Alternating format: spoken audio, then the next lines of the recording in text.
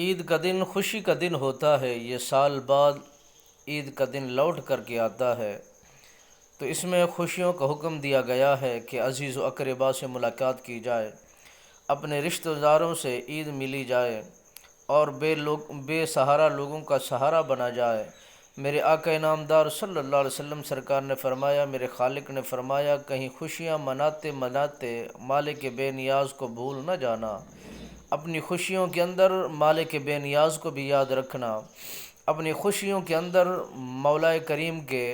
فرائض کی ادائیگی کو بھی یقینی بنانا، کہیں خوشیوں کے اندر اتنا مست نہ ہو جانا کہ ان کے حکم ترک کر دیے جائیں۔ میرے خالق و مالک نے فرمایا، جب تمہیں خوشی عطا کر دی جاتی ہے تو اس میں خیر کثیر بھی ہوتی ہے، امتحان بھی ہوتا ہے، دشمن کا اس پر حملہ بھی ہوتا ہے، وہ کوشش کرتا ہے کہ تمہیں تکلیف پہنچے۔